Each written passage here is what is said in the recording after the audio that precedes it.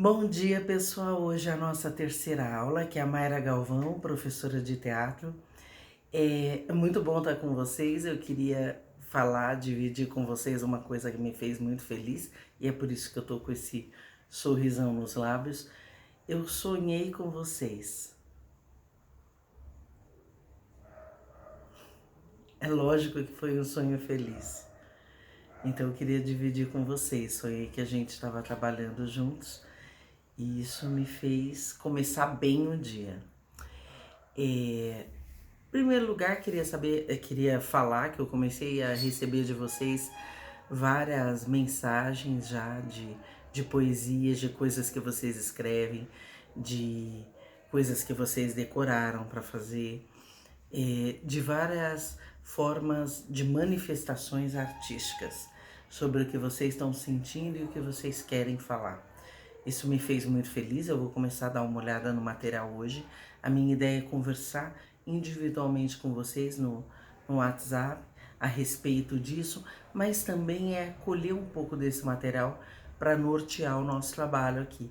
Mas eu fiquei muito contente e acho que tem uma palavra que cabe perfeitamente nesse momento, exatamente o que eu estou sentindo por vocês, que é gratidão. Obrigada pelo que vocês me enviaram e ainda vão me enviar. Vocês estão fazendo minha vida mais feliz com isso. Podem ter certeza. E eu tenho certeza que a de vocês também e dos familiares de vocês também. Ser produtivo é tudo. Principalmente ser importante para alguém. Vocês são importantes para mim. Obrigada. Hoje a gente vai falar sobre uma coisa importante no teatro, que é o silêncio. A gente fala muito em teatro, a gente às vezes tem grandes textos, mas normalmente é no momento do silêncio de um personagem que você mostra muito dele. No caso da televisão e do cinema, mais ainda, porque no caso da televisão e do cinema, como a câmera está focalizando de perto, se eu fizer isso aqui, vocês viram.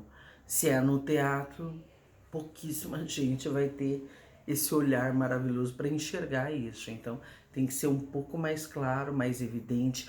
Normalmente, o corpo tem que dizer junto. Então, o silêncio no teatro, a gente acaba utilizando muito também, muitas vezes, o corpo, de uma forma mais expressiva. E também os sentimentos. O sentimento dito muitas vezes é um, o sentimento falado é outro. Eu posso chegar para você e falar agora, ai, eu adoro você. Só que eu não tô sentindo nada disso. Eu falei da boca para fora, ai, eu adoro você, querida. Mas eu quero que você. Eu não gosto de você, por exemplo. Então é muito comum, até as pessoas costumam falar, ai, como fulana é falsa. Por que você percebe que fulana é falsa? Porque a fulana, ela não falou nada estranho ou errado, mas o olhar dela, o tom de voz, às vezes o jeito, ou às vezes a pessoa fala com muita propriedade, só que você sente no jeito que ela te olha que ela não gosta de você, que ela se sente superior a você. Professor, muitas vezes, se coloca de uma forma, às vezes não é por mal, confesso da minha parte, mas às vezes a gente se coloca como se a gente fosse superior ao aluno e a gente não é. É como eu sempre falo para vocês, a gente é um grupo, existe um aprendizado mútuo. O que acontece é que conhecimento técnico e conhecimento de vida, normalmente o professor tem mais. Se for o caso do professor ser mais velho que o aluno, normalmente ele tem um conhecimento técnico na área ou conhecimento de vida quando o aluno é mais novo, que normalmente, não estou falando que é sempre, mas normalmente é um conhecimento um pouco maior. Então, assim, às vezes a maneira que a gente olha já afasta ou aproxima alguém. Durante uma fala, quando a gente está falando alguma coisa e de repente fala e pensa, eu estou falando aqui e continuo falando, esse pensamento, esse olhar para o céu e devanear, né? Pensar um pouco, isso tem a ver com silêncio. Só tomar uma água. Isso tem a ver com silêncio. Os silêncios podem ser muito bem utilizados no palco. Eu vou dar um exemplo. Eu tô aqui falando. Ai, Flávia, por que você chegou tarde hoje?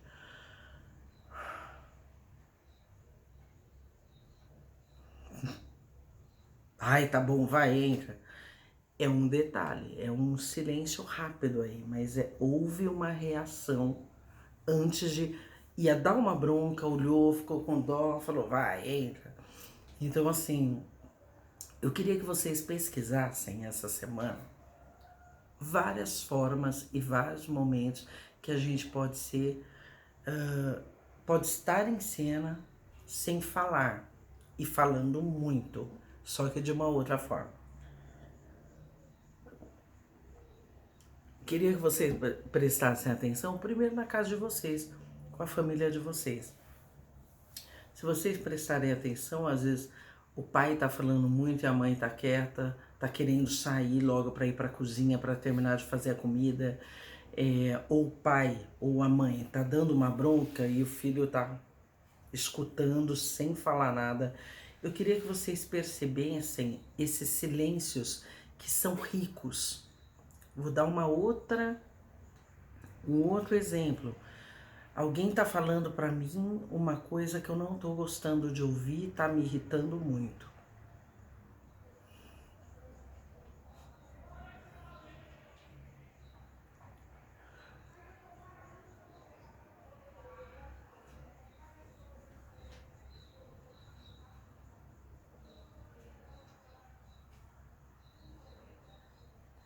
Eu fiz uma espécie de silêncio de alguém que não consegue, não pode falar naquela hora o que ela tá pensando, mas ela quer quebrar o pau ali.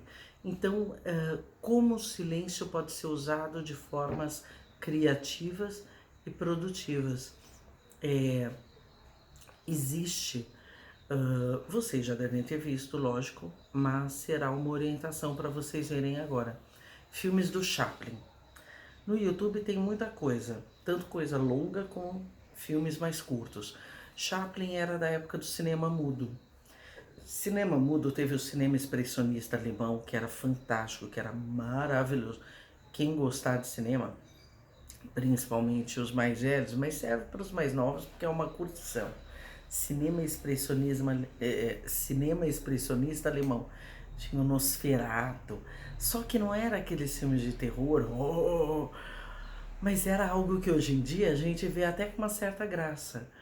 E a graça era a maneira que era feito e que era interpretado. É totalmente diferente do que a gente faz hoje em dia. É muito legal, muito legal. Então tem o Nosferatu, tem o Gabinete do Dr. Caligari, que é genial. Se vocês colocarem no YouTube Cinema Expressionista Alemão, vão aparecer várias opções e vejam, se vocês tiverem como, assim, é no mínimo muito divertido e o aprendizado é grande também. Até dependendo do filme, como o Gabinete do Dr. Caligari, eles usam os cenários de uma forma totalmente diferente do normal, totalmente surrealista. Então é muito interessante, de verdade, é um aprendizado em várias áreas, até na área da arquitetura, porque vocês veem várias coisas diferentes do que a gente está acostumado a ver. E o do Chaplin, em especial os filmes do Chaplin, por que eu estou indicando eles? Porque, em primeiro lugar, ele é o maior símbolo da história do cinema no mundo, de todos os tempos. Quando se pensa em cinema, se pensa em Chaplin. Então, eu queria que vocês pesquisassem no Google sobre ele, especialmente, sobre quem foi. Tem um filme maravilhoso que tinha na Netflix, não sei se ainda tem, chamado Chaplin, que é com aquele ator que faz o Homem de Ferro. Olha como as pessoas mudam nessa vida. Há muitos anos atrás, ele fez um filme fantástico que é sobre a vida de Chaplin, e ele era o Chaplin. E é um filme extremamente sensível, é um dos melhores filmes que eu já vi. Tomara que ainda tenha na Netflix ou no YouTube para vocês verem, que é de um grande valor esse filme. E o Chaplin, ele é de uma época que não se falava no cinema. No final, quando ele já estava muito tempo fazendo cinema, é que começaram a falar no cinema, a utilizar fala. E ele, quando aliás começou isso, ele falou lindamente, né? Fez textos que ficaram para a história do cinema. Mas ele em si é um símbolo com um personagem que ele fazia, que era o vagabundo, que é como se fosse uma pessoa que vive na rua, uma pessoa sem bens financeiros, mas com todos os bens e valores do mundo dentro do coração dele. Então realmente é um filme que, qualquer filme que vocês vejam do Chaplin, é de um grande aprendizado, vale a pena. E ele trabalha sem falar na maioria dos filmes. Então você vê as reações, você vê os gestos, é diferente. Existem os gestos maiores. Ele é um pouco mais, a gente pode falar, um pouquinho mais teatral no cinema, justamente porque não utiliza a fala, que é o caso do cinema expressionista alemão que eu falei. Quando você não tem a fala, a expressão tem que ser mais contundente, mais clara. Existem casos e casos. Quando você não utiliza a fala o tempo inteiro, a expressão tem que ser muito clara, evidente para quem está vendo. Agora, quando são aqueles silêncios curtos, como eu dei o exemplo agora, eu tô assim. Ah, é verdade. Esses silêncios, a fala tem que ser forte, como sempre é. É que no caso dos silêncios curtos, eu queria que vocês fizessem um exercício e mandassem para mim em vídeo, quem puder. Quem não puder mandar em vídeo, faz o exercício em casa. Conversando com alguém, presta atenção quando você parou, olhou para o outro lado e continuou a fala. Presta atenção quando você não está falando com alguém, quando todo mundo de repente está em silêncio em casa. Por exemplo, se eu ficar em silêncio agora, a gente vai escutar alguns sons.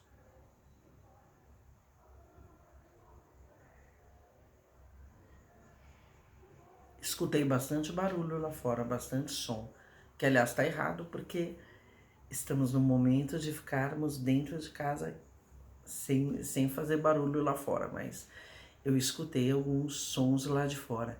Então façam o exercício de ficar em silêncio, de prestar atenção no que está à volta de vocês. Mesmo que tenham pessoas conversando em outros cômodos na casa de vocês, prestem atenção, não é que vocês vão escutar, vão ficar no momento fofoca de escutar tudo que a minha irmã tá falando para depois falar para minha mãe. Não, não é isso.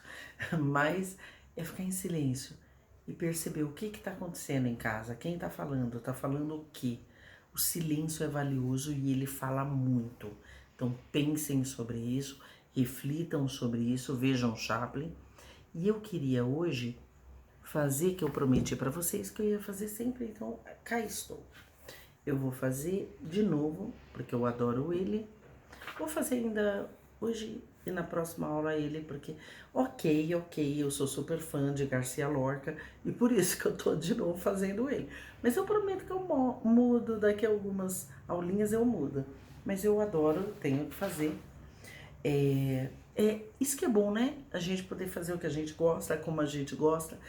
É gostoso ser orientado, mas não que mandem, obriguem a gente a fazer alguma coisa, né?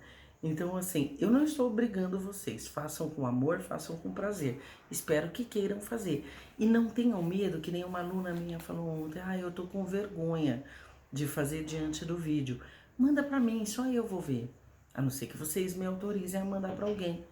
Mas não precisa ter vergonha. Pensa que a câmera sou eu. E aí conversa comigo ou faz pra mim, tá bom? Ou pensa que a câmera sou eu, ou pensa que a câmera é algum parente de vocês que vocês gostam, algum amigo, alguma amiga. Tenta. Só de tentar, mesmo com a voz tremendo, insegura. Você acha que eu e os outros professores, que a gente tem segurança de fazer isso? A gente está acostumado a estar no palco, mas a gente está fazendo isso por amor a vocês e amor ao nosso trabalho, tá bom? Então façam com amor, mesmo, a voz tremeu, eu gaguejei, tem que voltar. Gente, o mundo está aqui para errarmos, para acertarmos e para aprendermos. Então vamos aprender juntos, tá bom? Vamos lá, vou fazer uma poesia hoje. Vou ler. Que é do Assim que Passa em 5 Anos, do Lorca. A personagem é a noiva. Deixa eu ver onde é melhor colocar. Acho que é aqui. Hoje me beijou diferente. Sempre faz algo novo, meu amor. Ontem a gente não se viu, sabe? Mas fiquei vendo o cavalo. Era belo, branco e com os cascos dourados, em que o fê no estábulo. Mas você é mais bonito, porque é um dragão. Acho que um simples abraço pode me quebrar toda, porque eu sou frágil, pequena, porque sou como a geada, porque sou como um diminuto violão queimado pelo sol e sei que vai me quebrar. Por trás de toda essa sombra parece haver pontes de prata para me estreitar e defender. Eu que sou pequenina como um botão, como uma abelha que de repente entrou no salão real, não é mesmo? Né? Vou embora contigo, dragão, meu dragão. Quantos corações tem?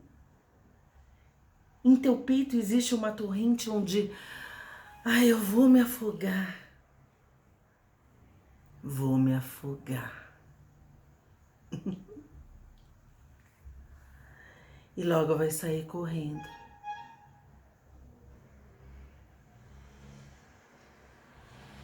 Deixando-me morta na beira do mar.